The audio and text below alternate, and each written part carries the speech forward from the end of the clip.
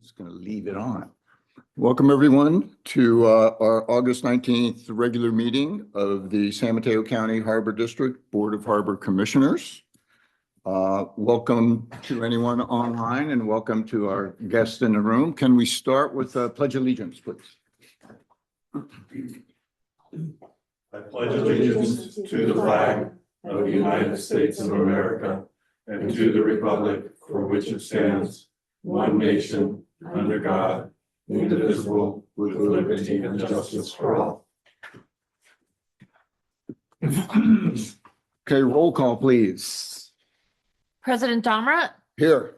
Commissioner Zemke, Here. Commissioner Matoush, Present and accounted for. Commissioner Slater Carter, Here. Commissioner Chang Crawley. Present. Okay, so the first part of the meeting's agenda is where the public get the opportunity to make any comments or ask any questions. These are for items that are not on the agenda further down. So do we have anybody? I don't see anybody in the audience to make any comments. We don't see, do we have anybody online? Online, Sid Young. Perfect. Thank you. I think it's a shame that there's no tenants down at the harbor when tourists arrive, and we do get a lot of visitors during the summertime. So I understand you guys were interviewing people for the restaurants that are vacant there, down there now. Can you please let us know, if possible, what the timeline is for new tenants to move in? And if you want to reveal who they are, let us know. Thank you.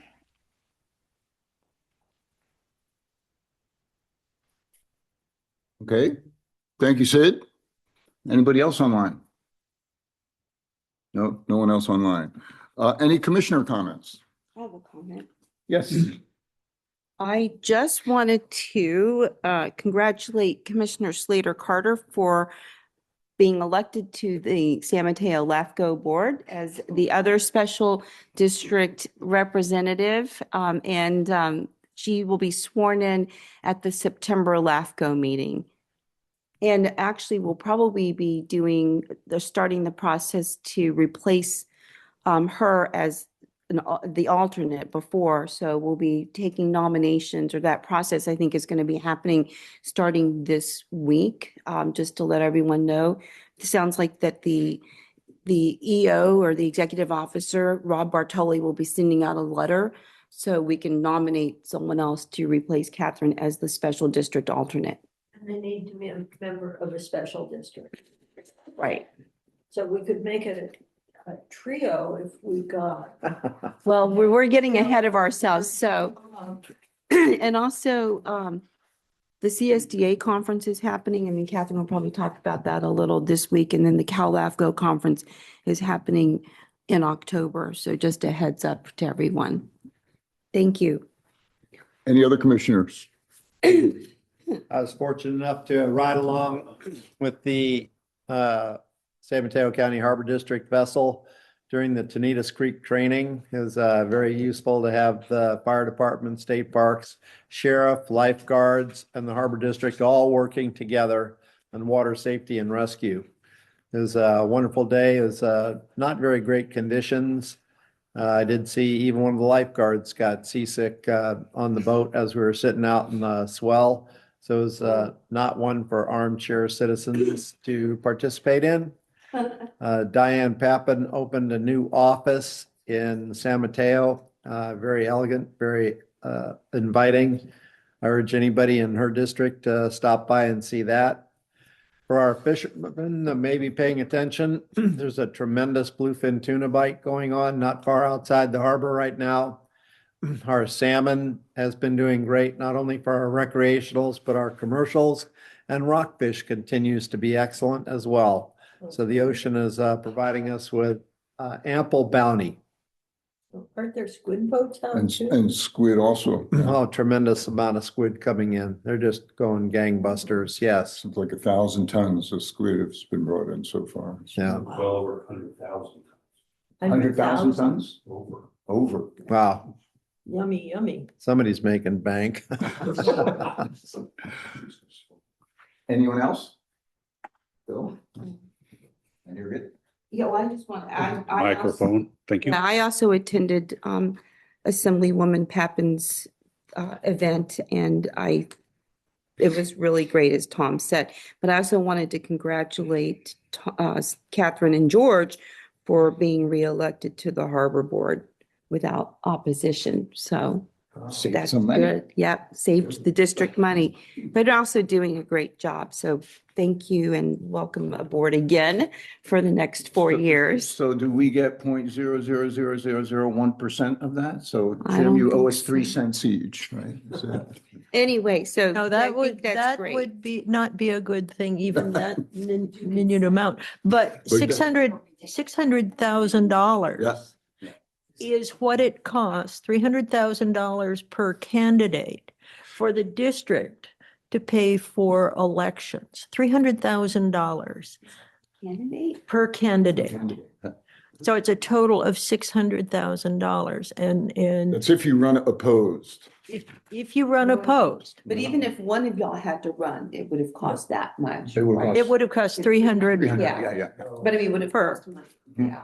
Right, and I've asked to see the accounting on that. And I can understand it's so high when some people in this county government are making $400,000 a year. And staff people making 200,000 or 300,000. It's I think there needs to be some closer evaluation of value per dollar. But I also went to the vehicle license fee gathering. And the county is not going to receive from the state over $200 million. That has a trickle down effect because the county then does not give the tax dollars back to the special districts. So while we are working on meeting the $120,000 for accounting or $20,000 a year for accounting audits, and all these other prices and requirements are going up, the state who makes those requirements is not reimbursing either the special districts, nor the cities, nor the counties for what we send to it. And so, and the state is running a huge deficit. And so there are many plans to increase taxes. I was looking at the sales taxes in some of the cities and across the counties in the state, and I am shocked at how much it costs to shop in California. So just when people say, how come your fees are going up? There's a whole lot of reasons, because when we shop, we have to pay those same high sales taxes and all these other requirements. So just sort of a caution to follow the money a lot of the times, because those are all regressive taxes and they go on to the people who can't afford them the least. Anyway, that's a lot of money for an election, and I'm glad we saved it, and Jim has it already spent. So I had some plans too. Thank you, Catherine. Any other comments? Any commissioners? No? Okay, at this point, we'll go into activities report, general manager. Good morning. Just a few things to highlight. I did attend California Marine Maritime Affairs and Navigation Conference Roundtable that we hosted with the Army Corps of Engineers out in Sacramento. And from the Harbor District's perspective, I discussed and was looking and pushing for funding for the Florida 2024 project, which is the heavy weather storm for study off the surface beach and Pillar Point Harbor itself. working on a code rewrite for our ordinances. They're out of date. So I met with the Port of St. Louis or San Louis to talk to them about their code because they're also a harbor district, not a port district, and kind of compare notes to make sure that we stay in line with the law and kind of be in line with the rest of the harbor districts up and down the California coast. We had another partners meeting with agencies here on the coast side that do projects with infrastructure, San Mateo County, El Granada Community District, City of Half Moon Bay, Caltrans, Midcoast Community Council. We discussed our guidelines and the mission of the group, and we'll be meeting again. I think it's on the 3rd of September to finalize those. I did meet with Tripepi Smith, a marketing technology and public affairs firm, to help us with our public outreach. We've been trying everything we can with social media, our newsletter, our agendas and our meetings, but our message is not getting out. And there's still a lot of false information being posted on other social media accounts. And I'd like to get some help on correcting that and getting the good news of the district out of what the board has been doing over the last couple of years and what we continue to do. So brought them on board within the spending authority that you guys have provided me. Thank you. Had our monthly meeting with the Army Corps of the Princeton Shoreline Project. That's moving forward. Because the Harbor District is partners in that project, it's not strictly a federal project. So we have the while the Army Corps does not have to comply with CEQA, they have to comply with NEPA, which is the federal standard. We have to comply with CEQA because we're using state dollars in that project. Doesn't make a whole lot of sense to me, but that's what it is. So we have started the CEQA process on that project.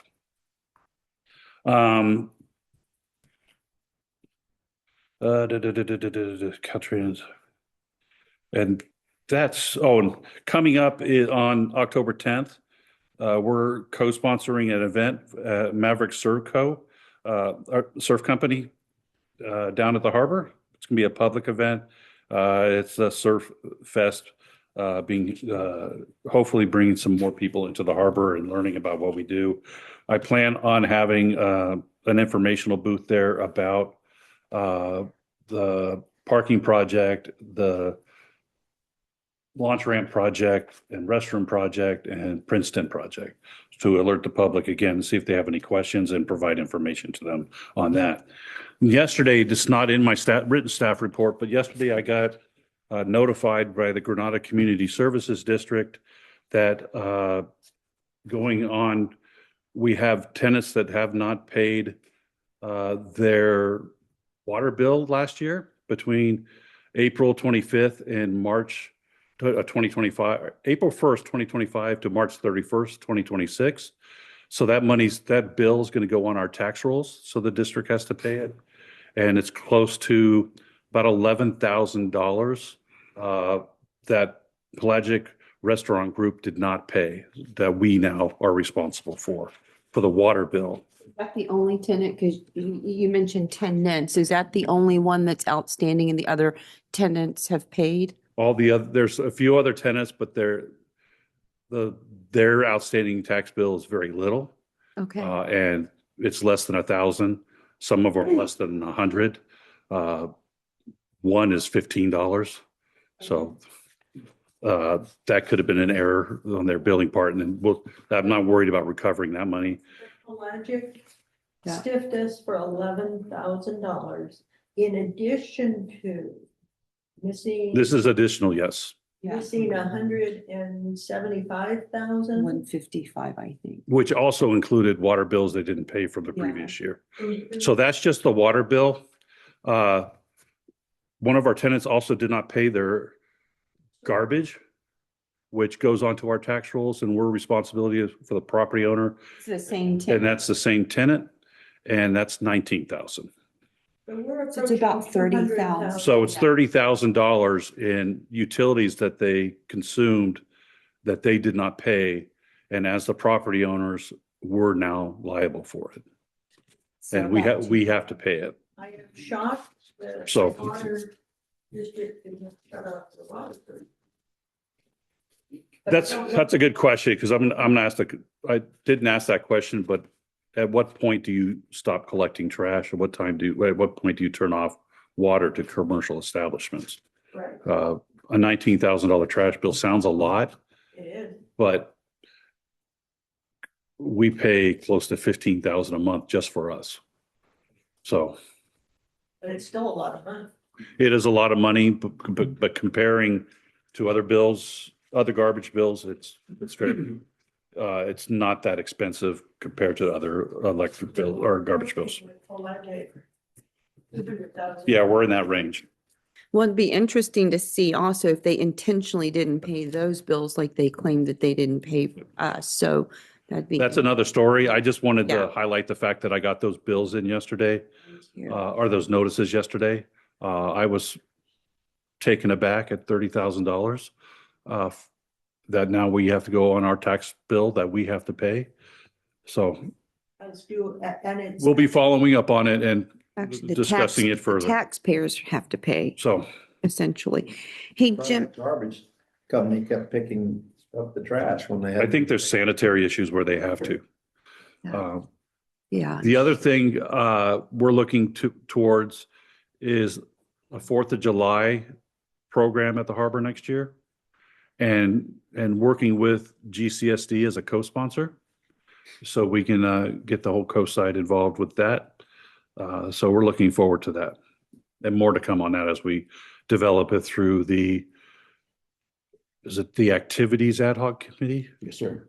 May I suggest we ask the city of Half Moon Bay and others, keeping this entertainment venue without a center is feeding into some other people's vision that the harbor district should be more careful and concerned about Granada than the rest of the area. So let's, for that committee, let's just keep. Well, I believe you're on the committee, right? On the committee, yeah. So it works out Turn perfect. on your mic. Oh, sorry. And that's my report. I said we don't want to be Granada centric. We represent the whole county. So we should be putting out a lot of letters to specific communities if they want to set up tables and stuff. Great idea. I have a quick question. Okay. Hey, Jim, for the October 10th event with the Maverick Surf Fest, what time is that? Do y'all know yet? I think it's the afternoon, but Okay. we'll get more information out on that. Because I definitely want to go to that. Okay, thanks. Operations report? On behalf of operations, our operations director is out this week, but he did submit his report. We had 2 search and rescue events. We had 4 medical events. There is a medical event I would like to highlight that happened right off of Surfers Beach restroom area right in the corner of the breakwater there. A surfer got into a medical emergency while surfing and needed to be recovered. All first responders, about 30 of them, and trucks and cars all responded to the Surfers Beach parking lot there around the restroom, and including state lifeguards. And no agency was able to get in the water to recover him because of policies and procedures, except for the Harbor District. We launched our rescue boat and our jet ski. We're able to recover the surfer and bring him safely back to the launch ramp to a waiting ambulance. But the Harbor District, again, was the only one with the assets and the training to be in the water, get wet, and recover somebody. I hope that gets in there. Well,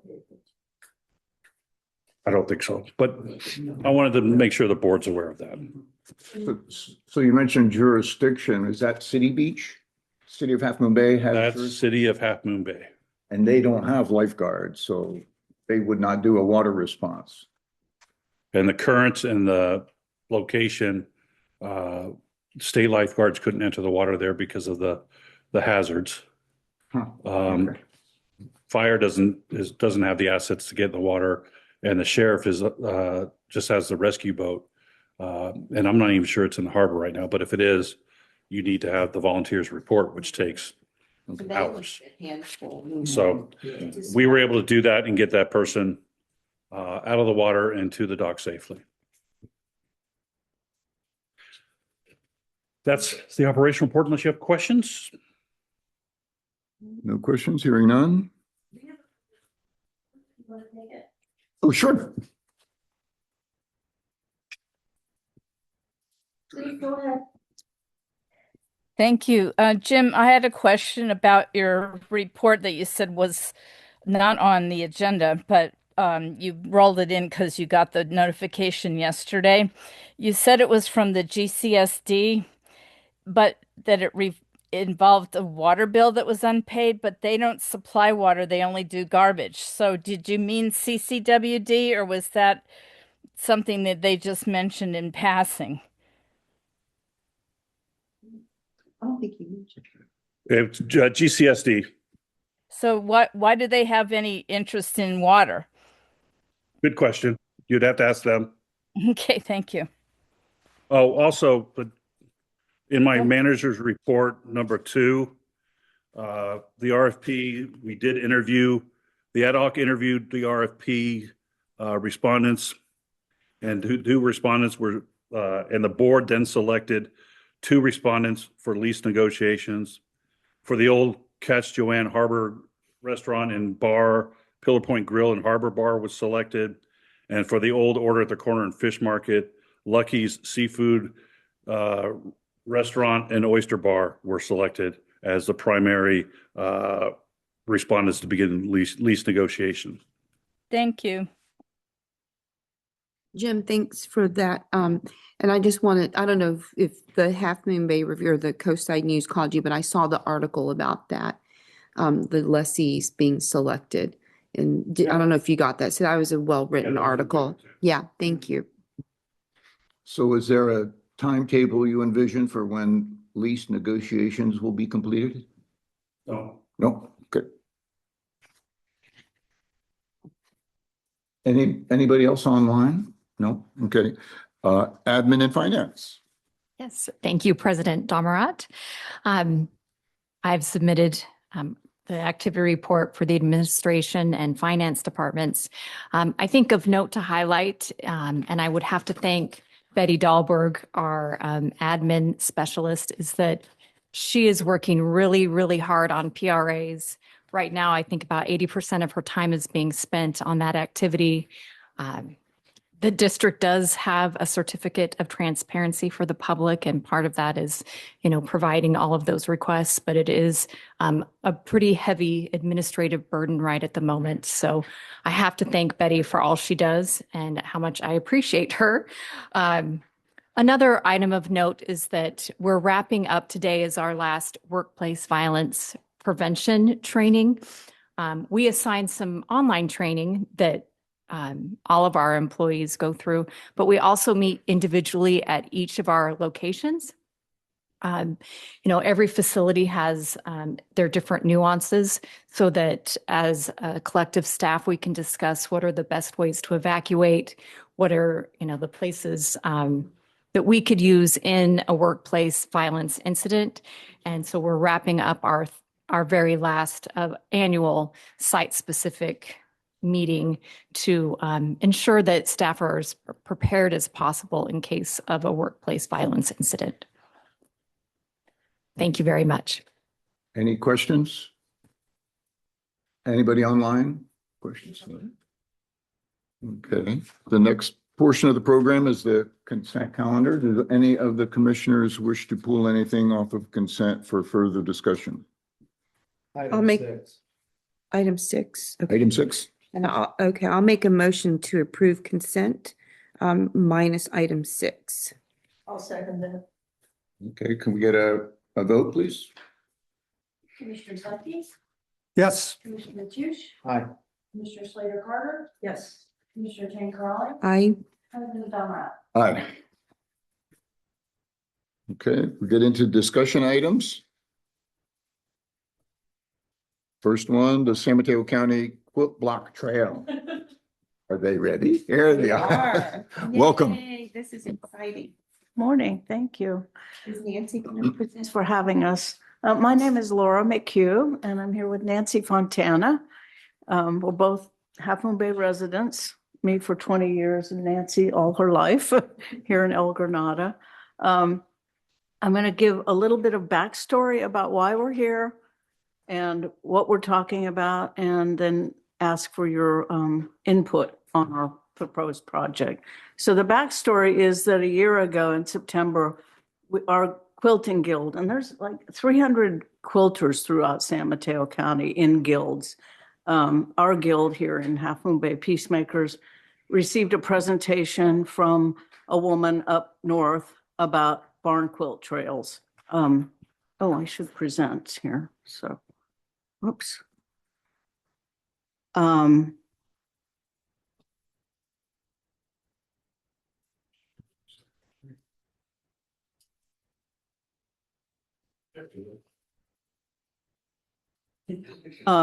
Sorry about that.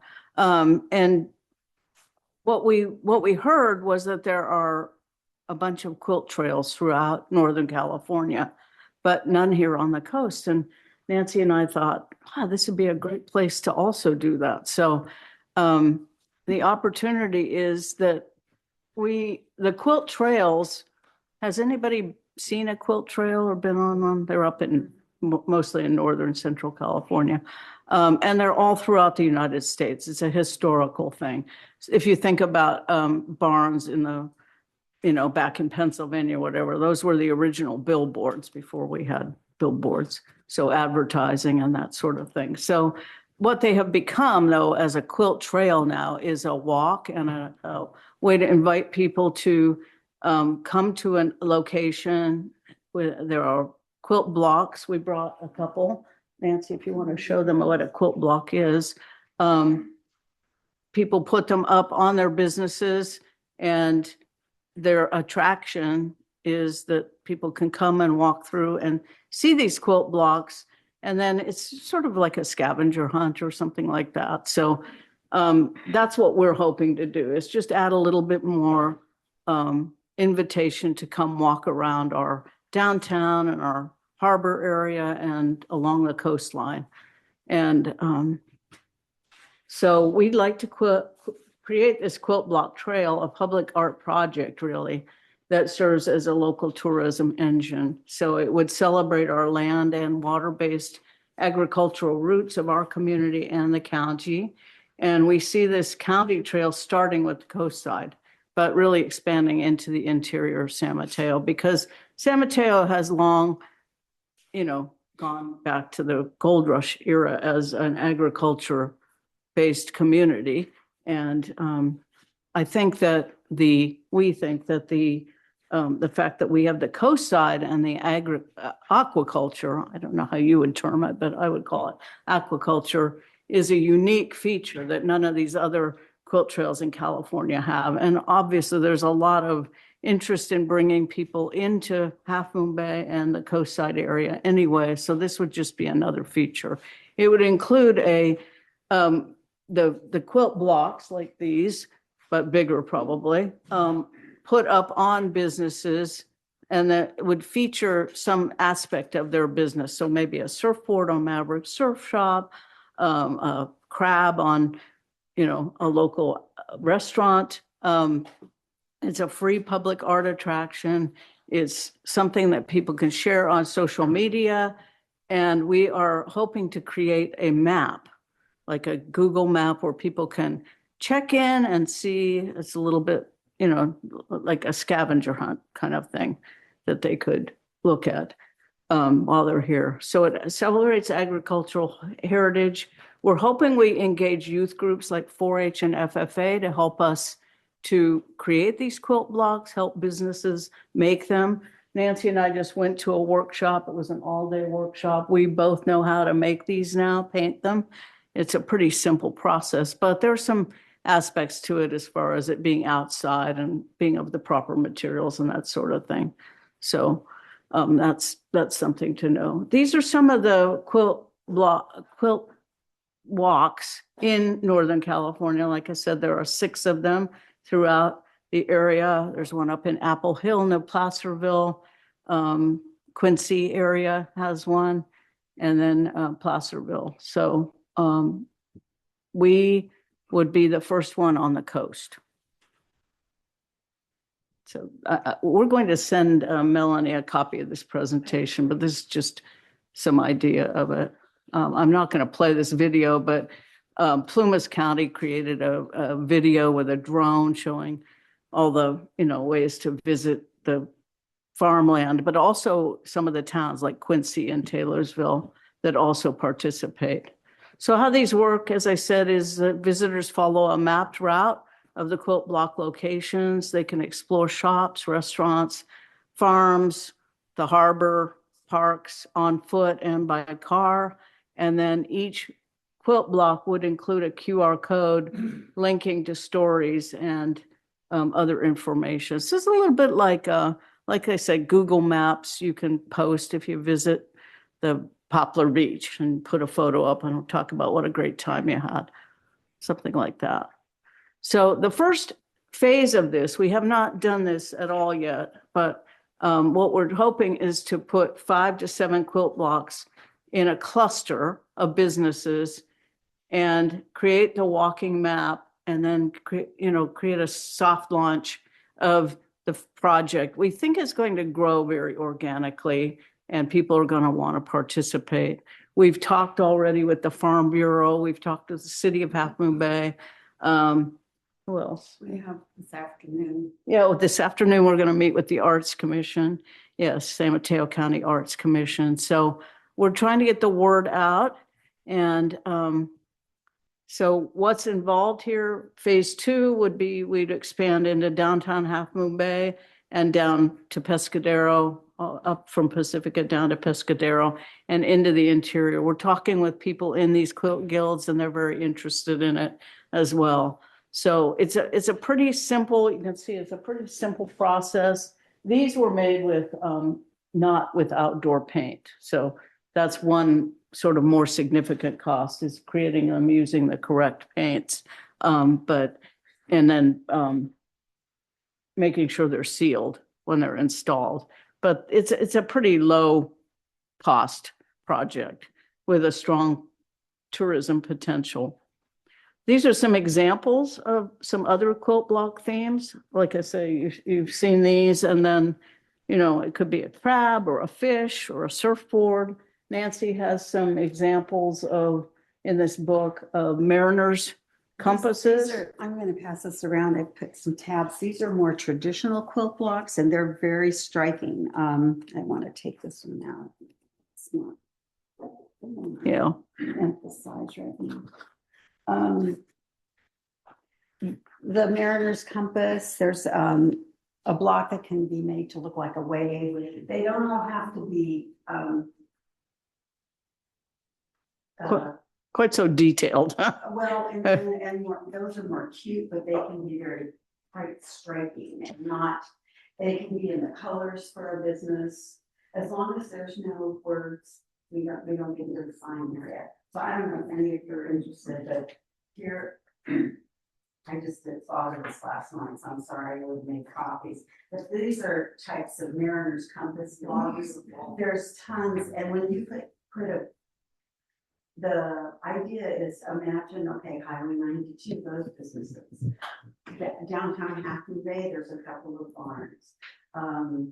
In Princeton, the businesses, but down at the harbor, William has a farm that could be along the highway. Those are getting to be, and David Leah has property farming on the highway, so it ties it to agriculture.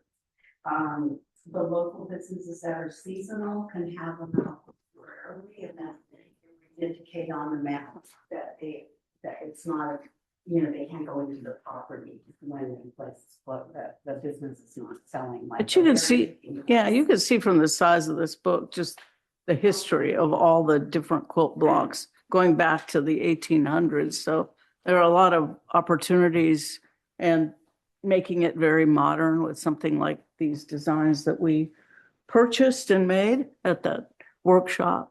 So this is an example, just a graphic of how quilt blocks can be displayed, like Nancy said, out on a placard or a signage out on, well, we're not calling it signage, it's a public art project, but we're very careful about that, yeah. Sign the quilt block out on like Highway 1 or on a building or in a window. So there's lots of different options for how these can be displayed. And then these are just some candidate sites we identified by driving around in town that might want to participate. So what we're asking today from you, I've got the wrong presentation up here, but how you can help here at the Harbor District is to ask, give us feedback on considerations for this project, any road blocks you see to doing this, and promote it as part of your events and participate in future community launch events.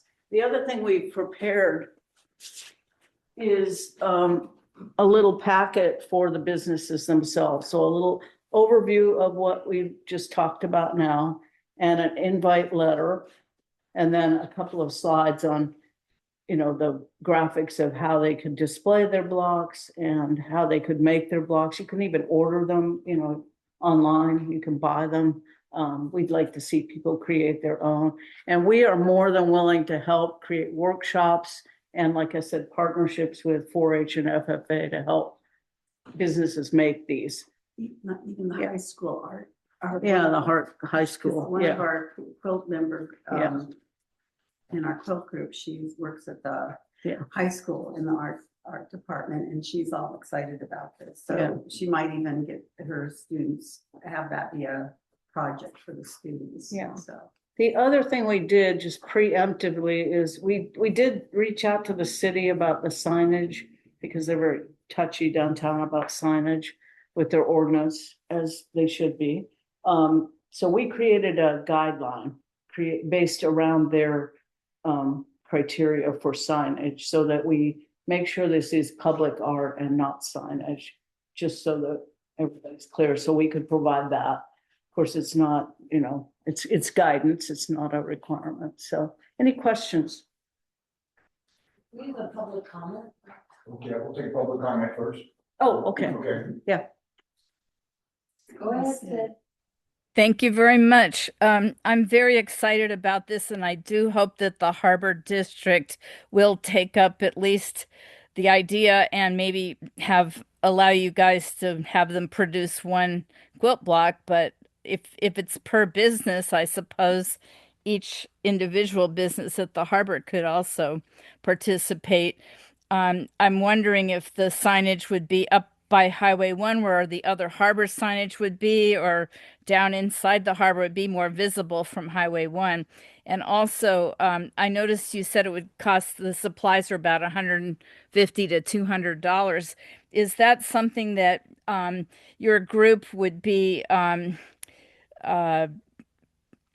doing for the harbor if they didn't have someone in the harbor that wanted to do it themselves and they would just pay you, or you would get some volunteers to do it? You didn't really specify on that. And as far as to the commissioners, I would just like to say a long time ago in the 2000s and late 1900s, sorry, I was the Light Up the Sky 4th of July president, and the Peacemakers by the Sea quilt group donated a really nice quilt to our fundraiser, and it got auctioned off in a live auction. So they've been a long-standing group they always exhibit at the San Mateo County Fair, and they bring back ribbons for the coast side. And I think it's just a wonderful project. I know they've had exhibits over at the library as well, but I'm totally in favor of this, and I hope if it happens that I'll be able to tie in later with my garden too. Anyway, thank you, and hopefully you can answer that one question about how the funding would work. Thank you. Any other public comments? No more public. Okay. Commissioners? I have a comment.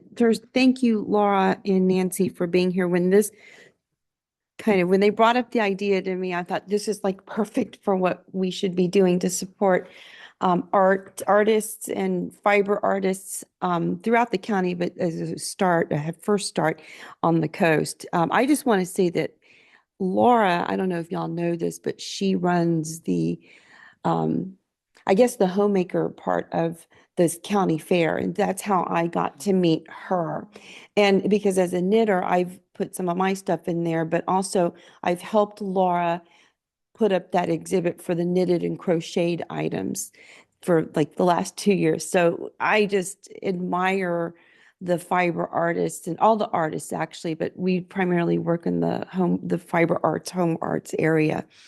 And there are just so many talented, fabulous, amazing artists, quilters, knitters, crocheters, stitchers as in needlepoint embroidery, all of them. And so I was just so excited about this whole project. I mean, I know that like Joe, Bill's wife, is likes the art stuff too. So this is not just something for the coast, but like you said, Laura and Nancy, for the whole county. So I think that whatever we can do to support what y'all are doing is great. And, I'm going to continue to kind of work with them as an advisor whenever they feel like I can add any value, which is probably maybe once or twice. But the point is I think it's an exciting project. I think it just brings a lot of people and stakeholders together, including students and artists. There's so many artists on the coast, like local artists who, and I mean artists in an expanded definition, because if you look at some of the local artists with the Harvard market or what it's called, I think the name changes, but you've got people who make jams and jellies and soaps and all of that. I mean, it's an art too on top of all of this. So I just think that whatever we can do to support what y'all are doing, and also engage students and who probably don't have an outlet normally, but this would be a really great outlet. And if we can expand it, it would be inspiring to them too. So, and I think the businesses, there's so many components, local economic development, all of that. So thank you for being here and doing this presentation today. Thank you. Yeah, well, let me make a quick comment. I'd like to also say thank you. I mean, the activities committee has been talking quite a bit about sponsoring more of these artist type of events. So this would fit in perfect and a great start for where we want to go with hosting, artists of the coast at the harbor and doing a lot of different things to help our local artists and coastline artists to show, the great things that they do. So this would be a great thing. So Tom? So I was looking at some of your pictures and it looked like some were on buildings. So are those like painted on, but then you'd also have quilts made out of material? No fabric. It would be mainly this type of thing. Because they're going outside. Yeah. Some of them are bigger, 4x4, 8x8, depending on the size of the building. They're on 1/2-inch plywood, and then sealed. Or there's a aluminum composite material, but they get done separately and then mounted on the building.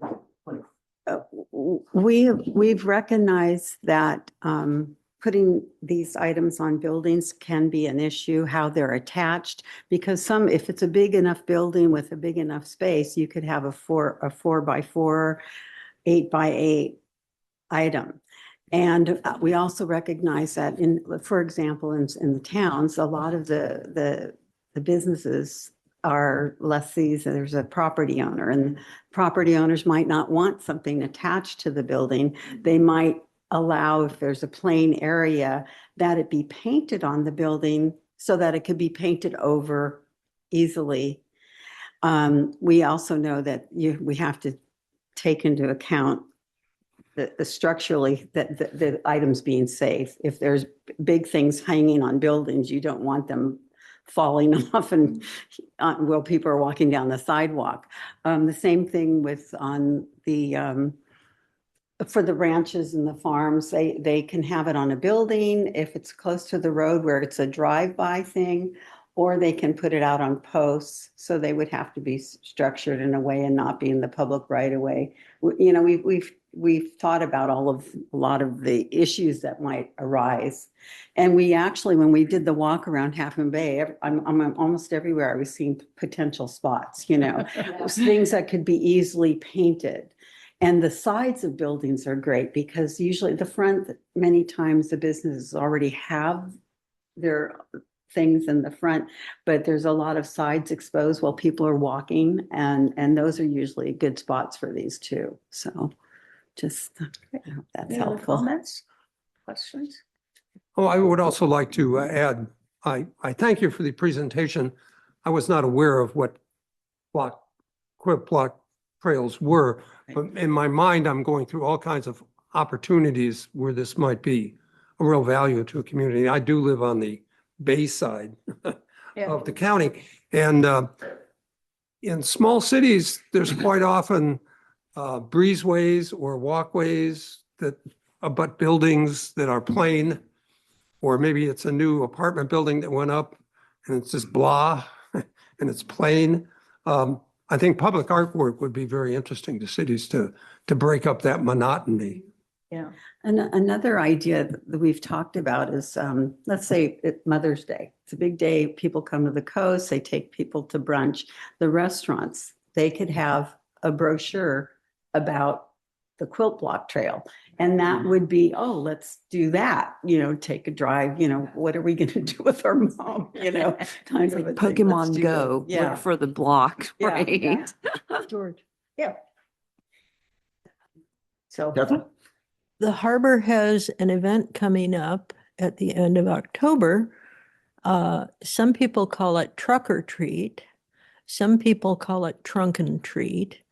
And it may be a way to advertise this a little bit. What we do is we invite people to bring their vehicles dressed for Halloween and park and hand out candy. This is for the little kids who you might not want to go trick-or-treating with in the dark.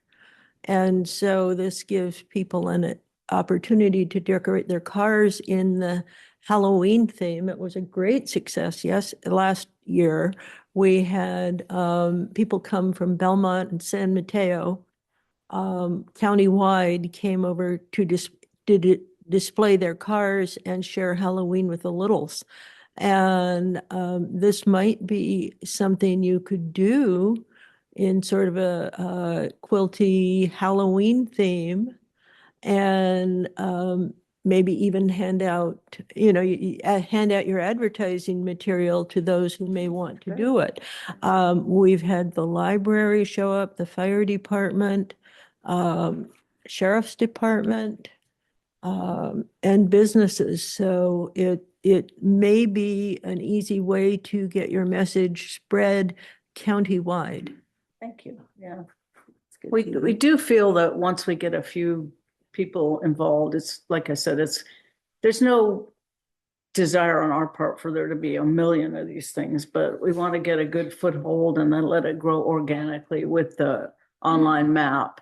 And then I think opportunities like, you know, find all the quilt blocks with, you know, red on them for Mother's Day kind of thing could happen.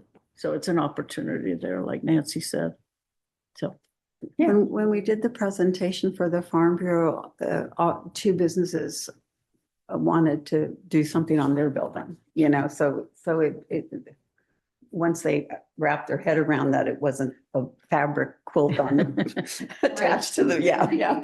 And I believe you mentioned that Brian Overfelt for Yeah, he want, because doing his one. mom is a knitter and used to have a yarn shop or something weird like that. Yeah, so he Yeah. would have thought a surfer dude would have. You would known never right think away of what- Ryan being interested in Yeah. this, but he is. His mom apparently is a very talented knitter. So he too. got it, so there you All right. go. Well, thank you so Thank much. you. We Thank appreciate your time. you. Great, thank you. And I would recommend maybe the activities committee look into this a little bit further and work together with them. Let's So do it. we'll do that. And Laura and Nancy, I continue to be here to help you to bounce off ideas I too. love Yeah. that Halloween themed quilt. Yes, she's all set. It's Thanksgiving. Thanksgiving too. Oh, Yeah, I tried to make it, they had said do black in here, but then I knew it would be, and a dark, a grays and black and the bird, and it was gonna be all Halloween. I wanted it to be more, oh, yes. I still have to do the weathering. You might see this technique here to make it look weathered. We haven't. Yeah. Great, thank you. And this Thank is you. our first time, so. It was lovely. All right, continuing further, item for discussion number 2, Oyster Point Marina 2026 dredging. General Manager, I assume you'll do that. Again, our operations manager is out, so I'll pick this one up. Good morning, Commission. This is concerning the Oyster Point Marina WETA dredge episode. WETA maintains a ferry dock in the Oyster Point Marina, as we all know, under an agreement with us. They pay about 16,000, excuse me, about 16,000 a year or a quarter to lease that space from us. And every 3 to 5 years, because their vessel needs deeper drafts than what we maintain, they have to dredge their area so their vessels can operate safely. We learned that they were going to do a dredge episode, and so we asked to join on so that we can take advantage of the fact that they're already paying a company to come in and mobilize and be there in economy of scale. So we were able to get our design into it to dredge around dock number 8, which is our guest dock next to the harbor master's office, and dock number 11, which is the newer concrete floating dock that we have that has the larger boats on it. Currently, that dock does have some shallow depths that we need to take care of. So it's a great opportunity for us to combine with WETA and doing their dredge. The motion that I'm asking is quite long. It's authorized the general manager to enter into an agreement with the Water Emergency Transportation Authority to dredge excess sediment from district-controlled waters at Oyster Point Marina for the amount of $585,500 with a 20% contingency to be approved by the general manager in the event unforeseen additional fees arise and/or opportunity for additional dredging occurs, and approve an increase in capital expenditure appropriations of $702,600 to be funded by available working capital. Again, the dredge episode itself is $585,500. We are also paying 28% of soft costs, so that comes up to, for planning, environmental, and permitting, $126,000. The construction management, $37,000. Mobilization, $73,000. That brings us up to the $585,550 plus the 20%, which brings us to the total of $702,600. The effects, if we don't take advantage of this, dock number 11 will continue to silt in, which will prevent us from being able to fully utilize it and gain those berthing fees. And also, we'll have to start limiting the size of the vessels that come to our guest dock, because that's silting in pretty bad in that area also. Pending any questions? That's the Are report. there any questions from the public first?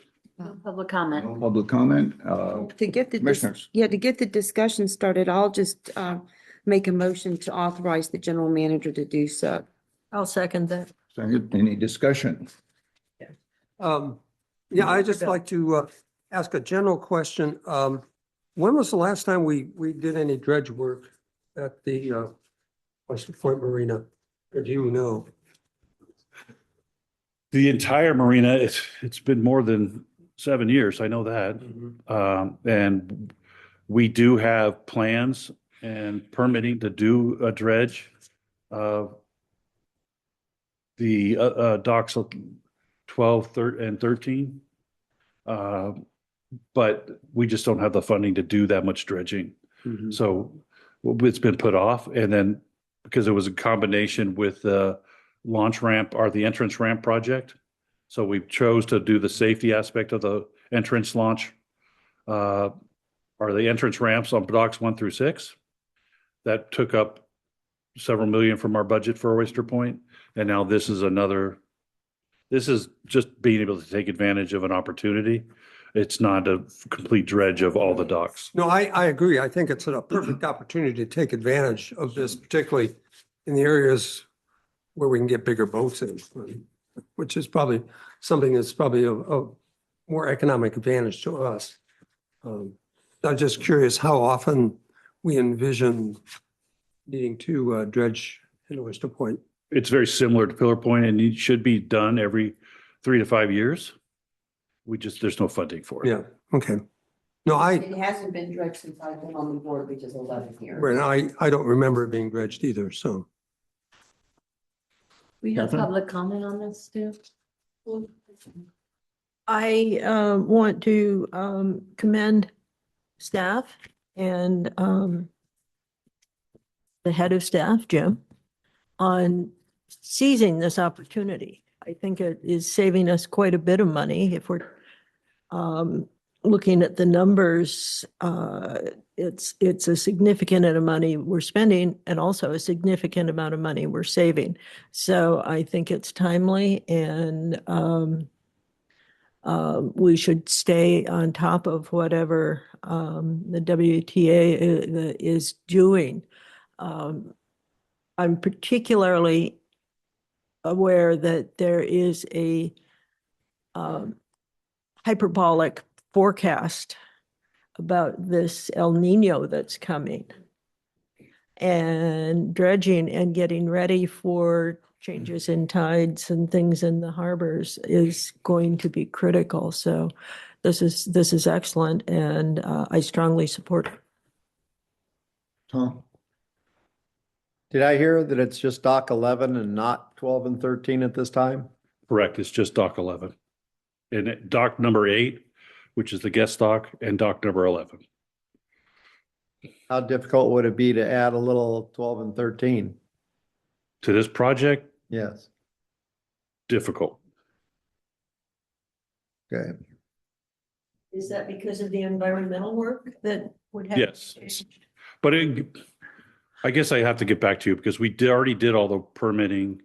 We already did all the design. So it's already all done. It's just the cost of the additional dredge material.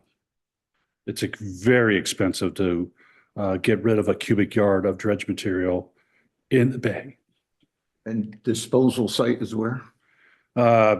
It's in either Montezuma Okay. up in, it's actually near Bird's Landing. And or at sea, but it's mostly in bay. The disposal is my understanding. That's a good question. So I just want to double check to see if I understand this. So the dredging is basically our dredging episode is basically piggybacking off of Wettas. So wherever they dispose of their sand, that would be where we would be doing that too, right? So Be the so it's same not company. just like so the permitting thing is all of that is done, but we're just piggybacking off of We're a them. co-applicant on the permit and piggybacking off of what WET is doing. So they're paying, For the disposal. they're for the- paying 80%, we're paying right, 20%. Yeah. Thank you. I know I've been on vessels that kicked up an awful lot of mud, and I believe that was on Dock 12. Yes, dock 12 does need to be dredged. Dock 13 needs to be dredged.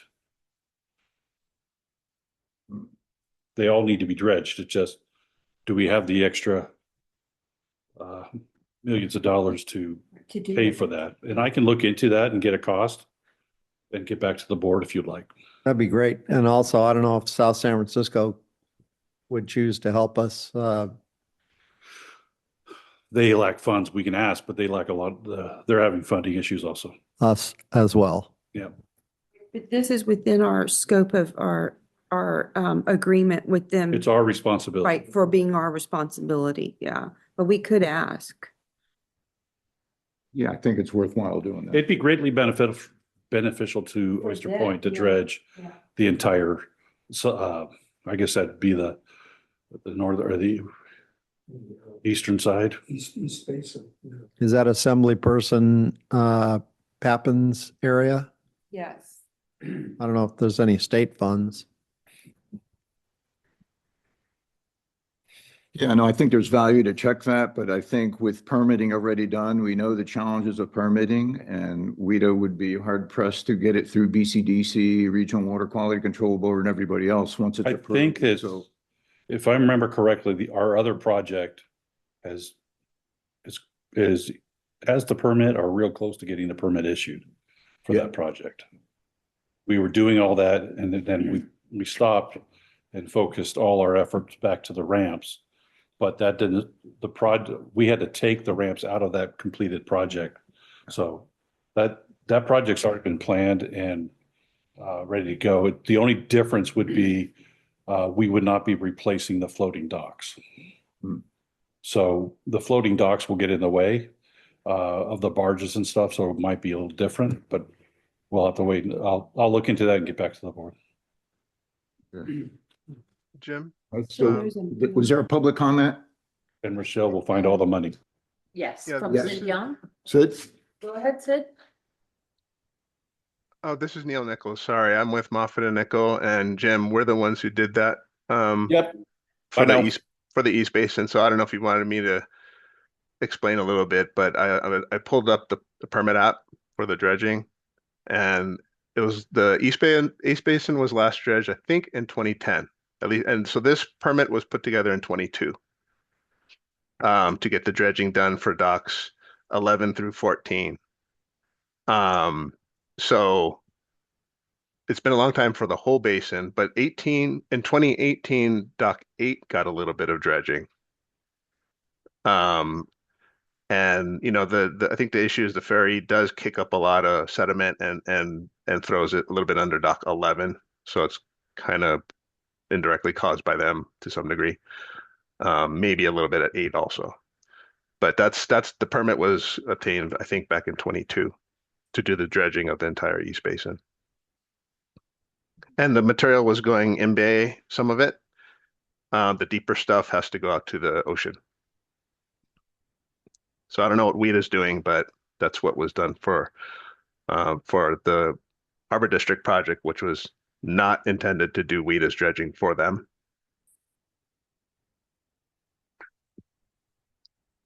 I don't know if that helps, but Thanks, Neil. you bet. Any other public comments? Yep, Sid, Sid? go ahead. Sid, can you hear me? I can. I didn't see the unmute, but I did it myself. Thank you. I was gonna say, I guess you're responsible or on the hook for all the dredging at Oyster Point, even though it's not Harbor District property per se, it belongs to South San Francisco. So I think it should be at least an ask that they help out, and maybe they can get some money from one of their agencies that they reach out to for funding, especially if you mention those other docks do need dredging. Of course, it makes sense to try to do it more at once than to have to come back another time when somebody has more money. But everybody, I agree, including the county and including all the cities, have problems with their financing right now. but it doesn't hurt to ask, and they could maybe watch out for places to get the funding. Thank you. We have one more. If I may, with South San Francisco has been very proactive and offering help to get funding for the dredging, funding for the docks, and any way they can support us. Mainly through letters of support when we ask for them. But it is our responsibility under the MOU that the district entered into in 2018 to manage that. So South San Francisco's not ignoring us. They are working with us. I'll just add that we have a very good relationship with them, so I don't want there to be any misconception that there isn't one. And we've worked very collaboratively, probably the best that we've ever done in the time since I've been on the Yes. board. So thank you for that, Jim, for making that happen. You know, obviously we're going to be asking, but I don't have any expectation because this is within our agreement. But thank you for that update too about the relationship with South City, which I think has been really great. Tom? Regarding the dredge spoils, we do have to build up the spit where the harbor master's office is. Is there a possibility to use a few hundred cubic yards of that? Reduce our cost basis? That'd be a brand new project, and the design and engineering would be astronomical. It's also called filling the bay, and that would be Yeah, a really interesting challenge. I'd also like to comment too, that the city is working on a plan to address the issues on the spit. I think the last estimate that we saw from them was probably in the 27, 28 timeframe. Now that's probably gonna move forward, but they are at least looking at how to fix that, because the state does not like to see water over the top of a landfill that happens during king and high tides in the wintertime. So. Okay, any other comments, No public. questions? No? Can we get a roll call? Excuse me? No more public comment? We did, but they unraised their hands. Roll call? Roll call, please. Commissioner Slater Carter? Aye. Commissioner Chang Corrali? Aye. President Domrat? Aye. Commissioner Zemke? Aye. Commissioner Mathush? Aye. Okay, item number 3, Pillar Point Harbor launch ramp, restroom, boat rinse replacement project. Good afternoon again. This is the Pillar Point Harbor Launch Ramp Restroom Boat Rinse Replacement Project Design Change Order Number 2. The requested motion or action is the board to consider staff recommendation to approve the Moffett and Nickel proposal for change order number 2 of the Pillar Point Harbor Launch Ramp Project. The motion is authorize the general manager to execute change order number 2 to continue the ongoing Moffett and Nickel design, permitting, grant assistance, and construction support efforts for the Pillar Point Harbor Launch Ramp Restroom Boat Rinse Replacement Project for $68,900 with a 20% contingency in the event there is a need for additional change orders due to unforeseen challenges or additional work found needed. And authorize the general manager to issue change orders up to the contingency amount and approve an increase in capital expenditure appropriations of $82,680 to be funded by available working capital. This project is a project that will replace the floating launch ramps. They are past their useful life and need to be replaced. This will also replace the actual ramp itself, the incline into the harbor. Right now, it was built with a texture that would prevent the boats or trucks' tires from spinning. And all those ridges in that concrete is gone now. They've worn down and need to be replaced. So to make it safer to put boats in and pull them out. It will also replace the concrete apron. And right now, one of the things I pushed on this personally was for the boat wash. The salt water from boats getting pulled out of the harbor and then pulled down the road does significant damage to the asphalt.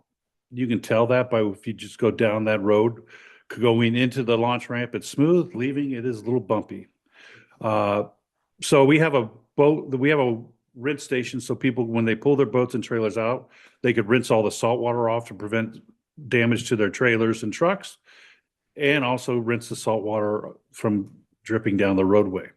That water currently just drips down onto, or washes down onto the apron of the launch ramp and just goes right into the harbor with no filtration or anything else, just like the stormwater would there. What we want to do and what we're doing in this design is to reroute all that water to collect it and run it through engineered bioswale, similar to the West Trail, where the engineered bioswale will have natural plants and other features in it that will naturally filter that water before it goes back into the harbor. And we're not talking hundreds and thousands of gallons. We're just boat rinse water. So, but every little bit helps filtering that water. And so we're looking forward to that, and it'll be easier for boats to get in and out of the boat wash station, be more convenient for them. We also got a $400,000 grant from the state for this design and engineering. So the effect on our budget's not significant with the grant money. And the project is moving forward, and it's getting ready to be published to get public comment here pretty soon with public meetings. But to do that, we need to increase the contract with Moffitt and Nichols to be able to enable them to continue with the design and engineering. And we have Neil from Moffitt and Nichols online right now. Neil, did you want to add anything? No, I mean, I think you covered it pretty well. The other component that I want to point out is the parking lot C was an addition to the project that was necessary to comply with the grant. The funding is coming through Division of Boating and Waterways, and that was something that they needed done. So we added that as part of the explanation for the need for additional budget. This project also addresses our TMDL requirements with the water board, because the existing restroom has running rust, which they have noticed that we need to address. And this will add the new plumbing, new restrooms, ADAs, and showers to address all those issues. So it also helps with our TMDL requirements. Okay, great. Can I hear a motion? So to moved. accept? Moved. Second? Second. Second. Any public discussion? And no hands up? Okay, any discussion by commissioners? Hearing none, can we get a roll call vote, please? Commissioner Chang Crawley, Aye. President Tomrat, Aye. Commissioner Zemke, Aye. Commissioner Mathush, Aye. Commissioner Slater Carter. Aye.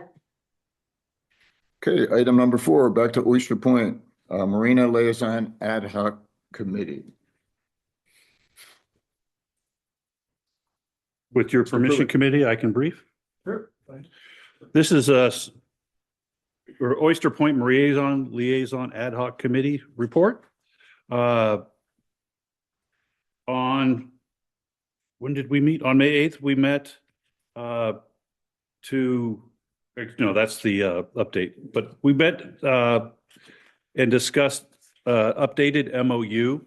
So back in 2025, we signed a new MOU in addition to the 2018 agreement, which authorizes us to manage Oyster Point.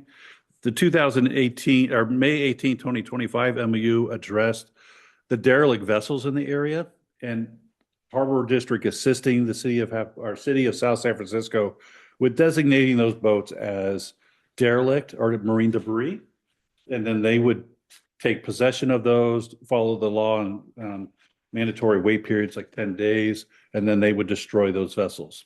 And our help was basically limited to going out there, looking at the boats and determining if they were seaworthy anymore, and then writing a memo to cover for the file for Half Moon or South San Francisco to use to declare it marine debris.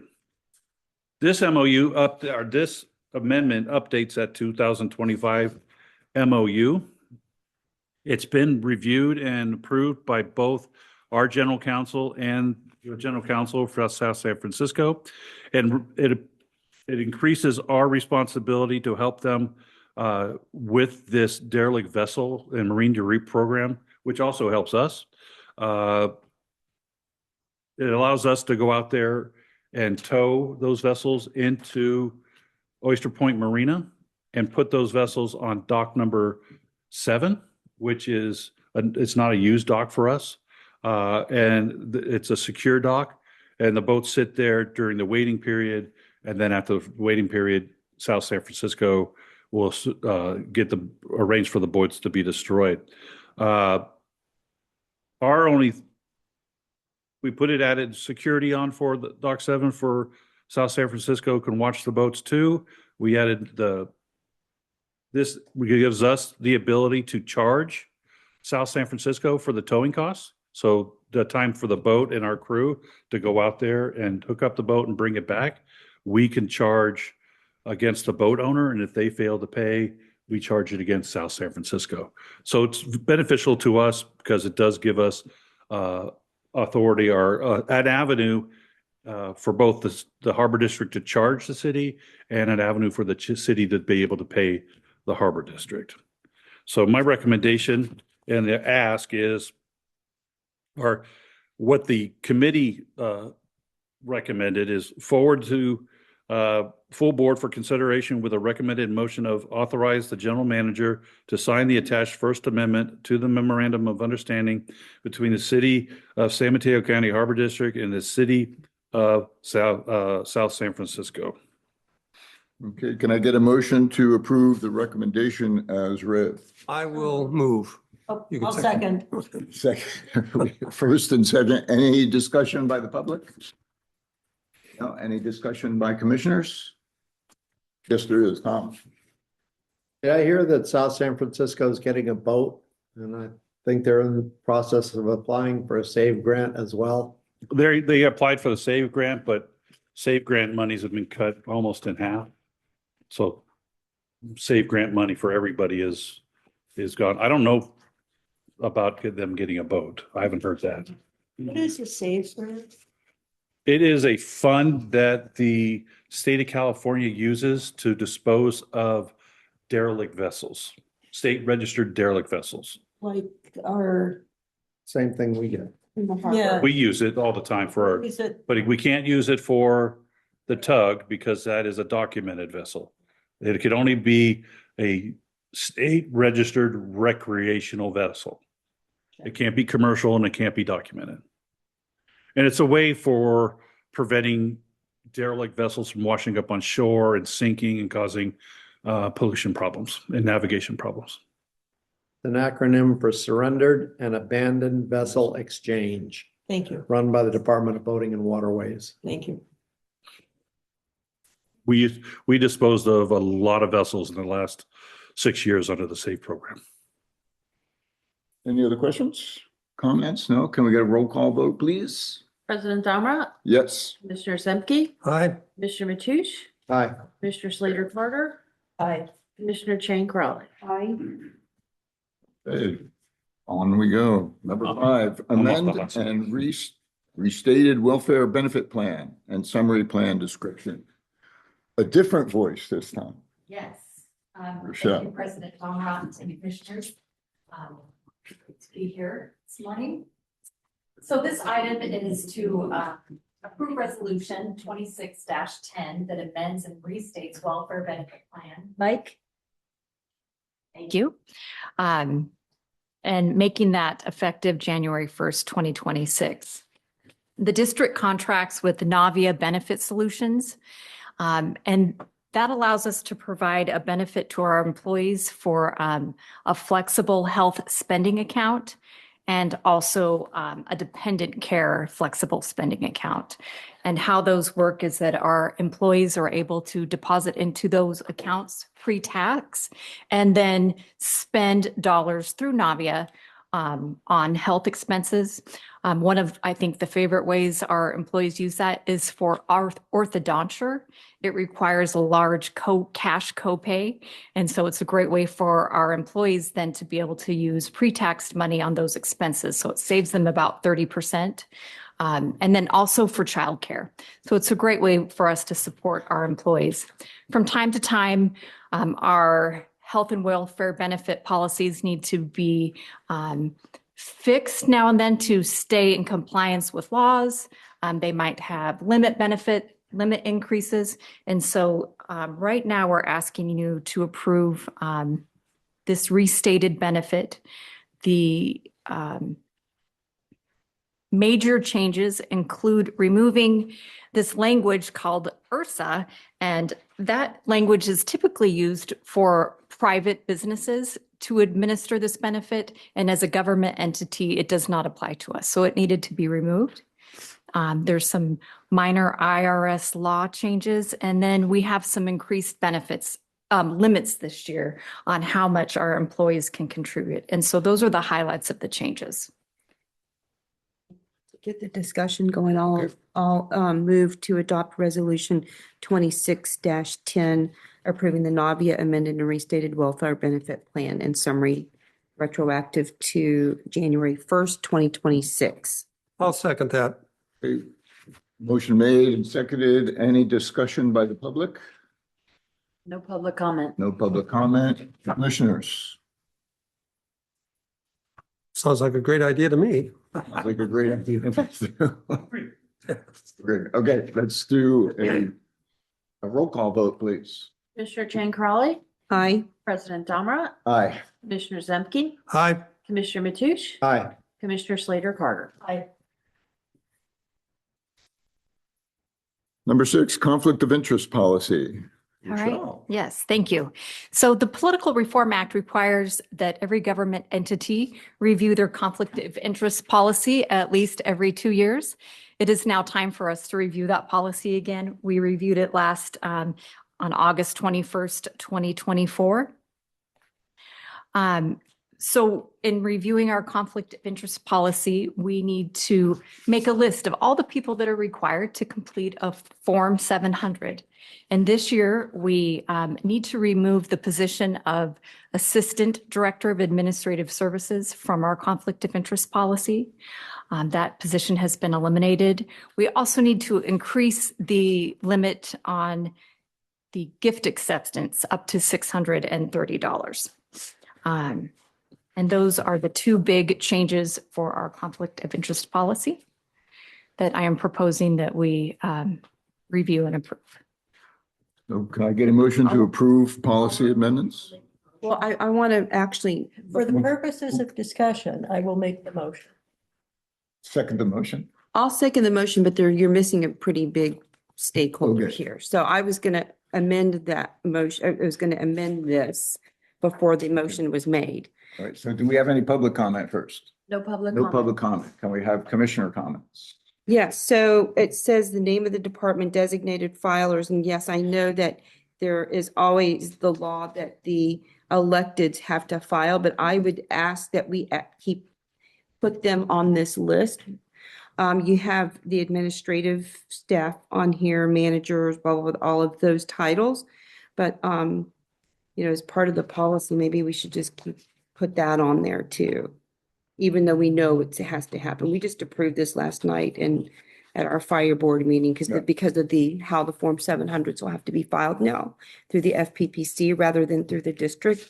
And we just kept the elected board members on here.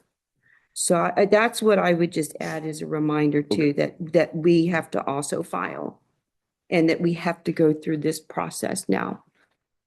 I would suggest in that case that we add elected commission members as the department. Well, That's that's what you just said. that's what I just said. Yeah, same thing. I Good. didn't hear those words. Oh, well, So the new motion would be approve policy amendments as amended for the San Mateo County Harbor District policy for 2.1.5 conflict of interest policy. Yes. Okay, can we get a roll call vote?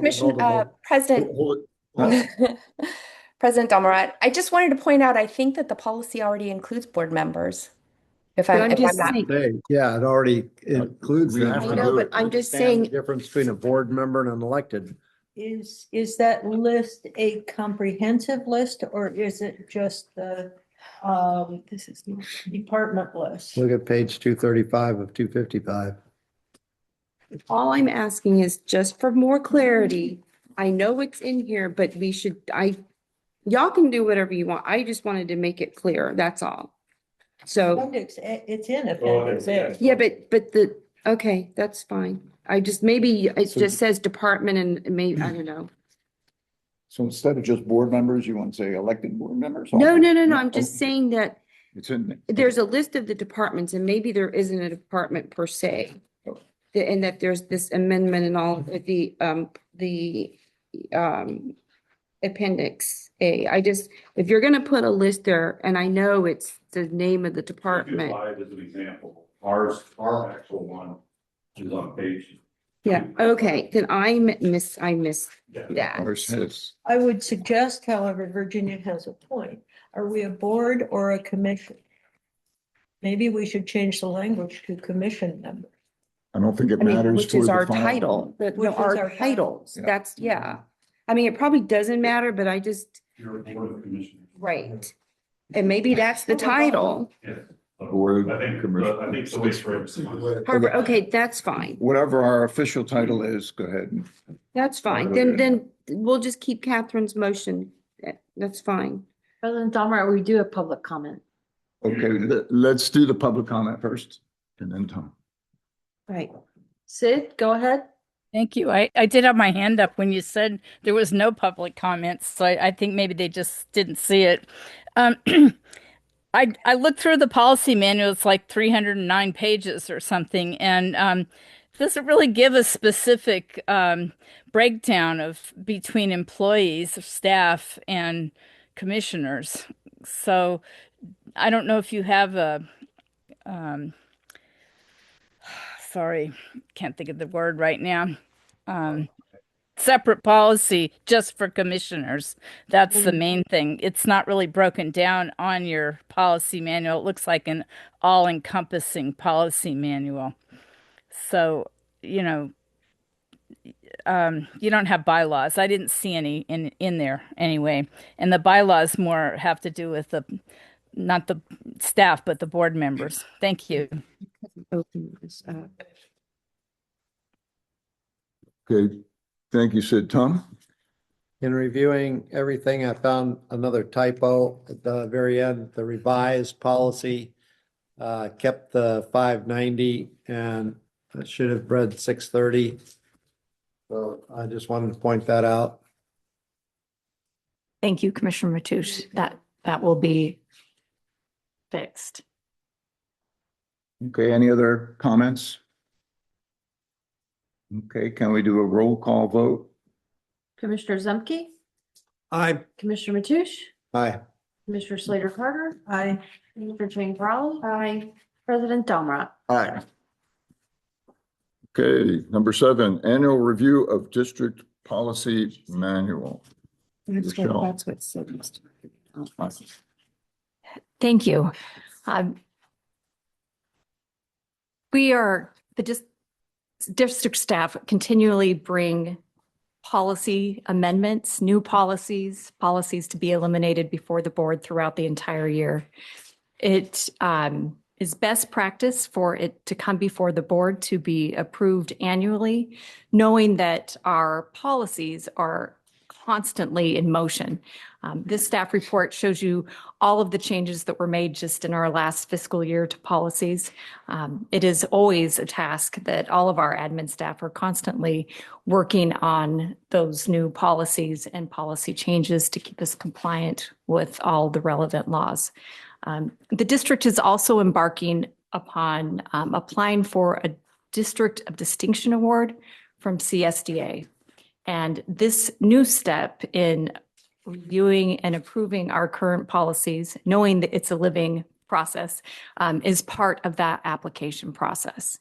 And so today, I am presenting you with our 300 plus pages of policies, and knowing that we are always working very hard to keep up with those policies, and presenting those changes and approving our policies today. It does not mean that we will not be coming back to you next month with a new policy to review and approve.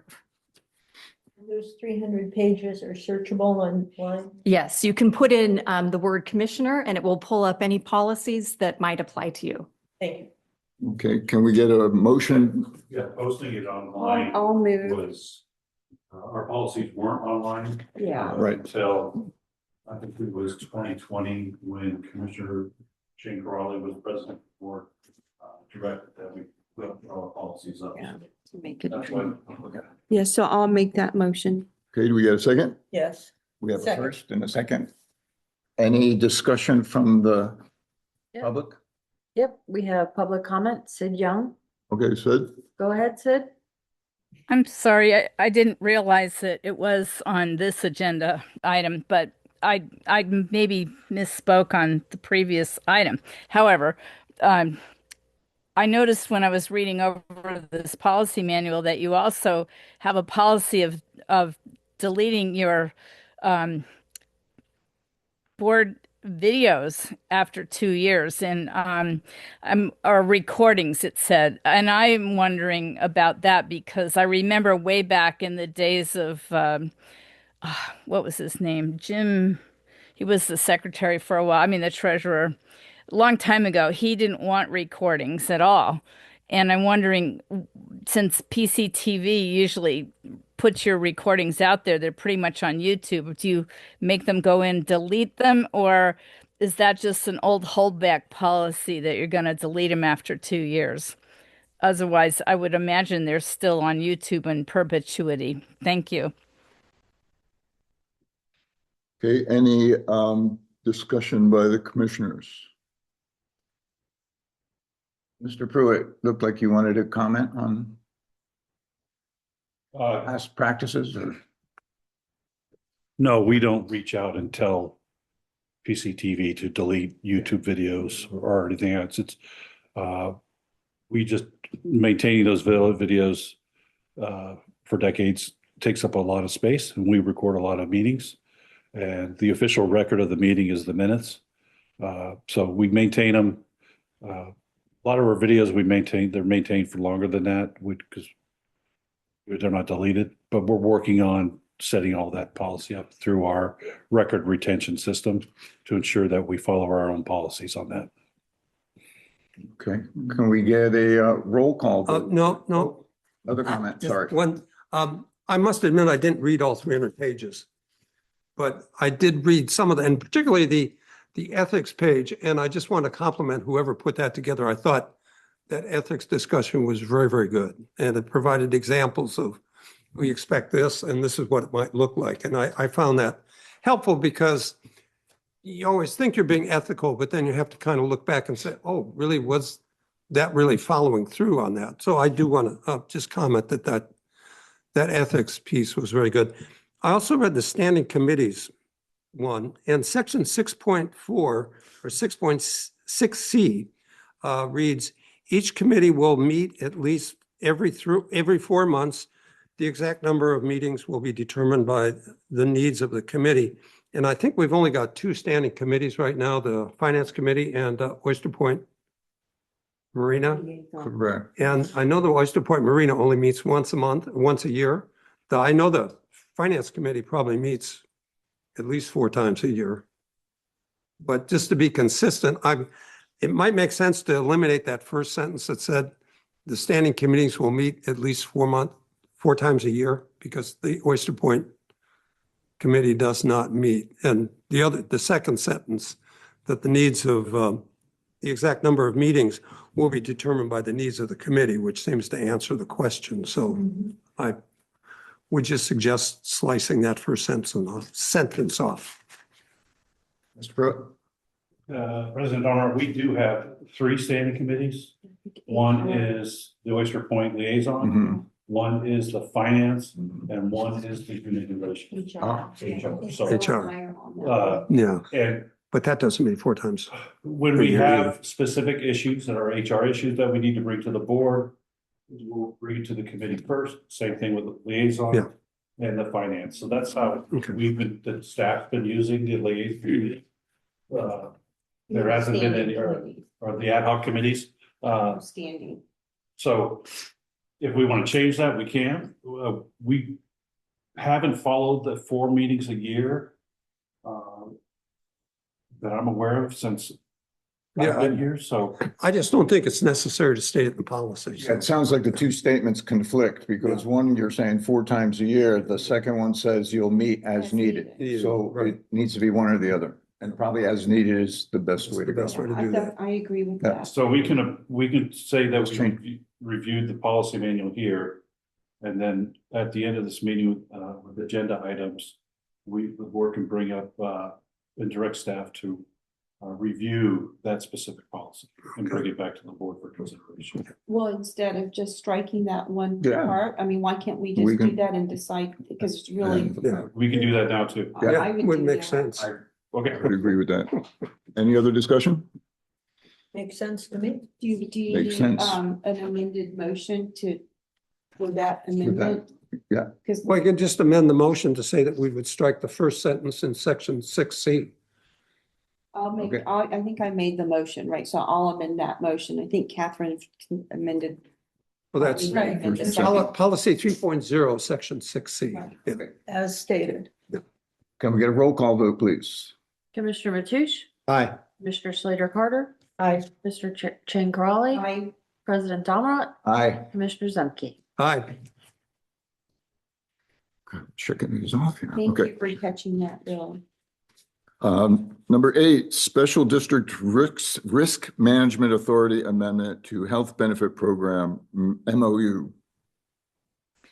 Thank you. Shortcut. This is our last one. So thank you very much. We'll have one more after that. Well, we received a letter from the Special District Risk Management Authority requesting that this item come before the board. From time to time, our health and welfare benefits need to be reviewed, and they had some changes that they were requesting that better align them with their pool and the Public Risk Innovation Solutions Management PRISM MOU that they have, and also better aligns with industry norms. Do And we have so- any public comment? No public comment. Do we have any commissioner comments? So I'll make a motion. I'll second. Yeah. to First and adopt second, A resolution 2611. any comments now? No comment. Hearing none, let's do a roll call vote, please.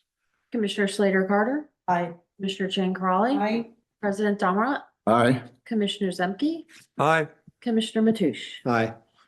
So now we'll go back to the consent, item number 6, out-of-state travel authorization for water safety instructor training class. Good morning once again. This was a great opportunity for the Harbor District for fishing vessel drill instructor training. Commercial fishermen are required to have certain safety training every year. And it's right now, Mike? everybody, or they get that training, they're traveling to Alaska to get that training, which is added cost to their budgets. Last year, due to the federal budget, the fishing vessel training course was held here in Pillar Point, and we had a very large turnout. And our training officer, Deputy Harbor Master Carrie Smith, did a fantastic job and has the respect of several of the fishermen and the other instructors, and was recognized as a great instructor. And we would like to be able to bring that training down here to Pillar Point on a regular basis for our fishermen. And the Coast Guard has recommended that Carrie Smith be trained by the AMSI, who's certified to train these marine safety instructors. The training was going to take place before this board meeting, so I did not have time to come and ask the board for authorization to approve the training. So this is an after the fact approval. We did get a $2,000 grant to pay for the training itself. So this is just covering travel expenses for our member to go up there. Once he receives this training, he'll be able to come back to Pillar Point Harbor and provide this training annually and be able to certify the fishermen as receiving Coast Guard approved training. We did receive a letter from the United States Coast Guard Chief of Inspections from Sector San Francisco. I find it interesting because Commander Haas worked for me many years ago when she was a lieutenant junior grade in Miami. So it was good to see her name following the label of commander. She was a fantastic officer and continues to be. But she highly recommends that Carrie be sent up there for that training also. I fully support it. The training again is CPR first aid, man overboard, knot tying, and a few other things. Carrie's there, the training's happened. So now I'm asking for forgiveness and that you approve what I have already approved. Any questions? I'll make the motion. I'll second Tom. Motion made and seconded. Any public comment? No public comment. Commissioner comments? Yeah, the reason I pulled this is just to say that I participated in one of these AMC water safety trainings several years ago. The one that came down here was Teach the Teacher. And I was particularly impressed reading some of the comments in the report about people that had never actually started a water pump and some of the other things. And I can't tell you how important that is until they took us out here on local beaches.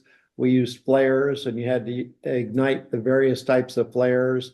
It was arranged with the Coast Guard. So when they saw flares going off in a lot of places, they'd know that, oh, this is part of a training. We had to jump in survival suits.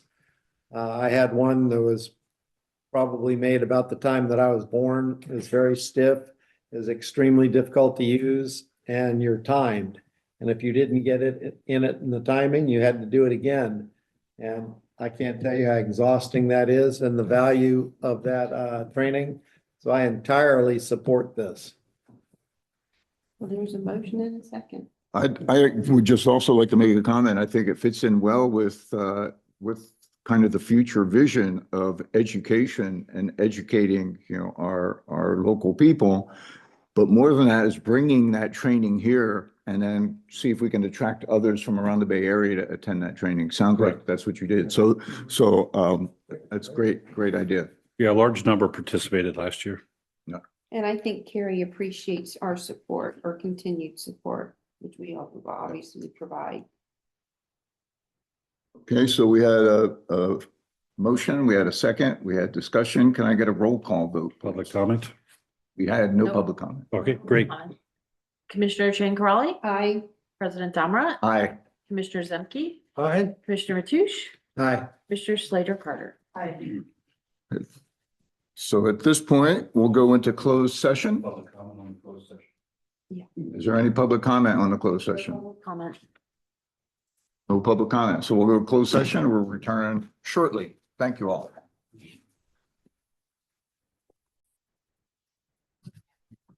Okay, we're back from closed session. I'd like to report there are no reportable items that came out of closed session. So at this point, I would like to entertain any future agenda items that commissioners would like to. Oh, and in addition to that.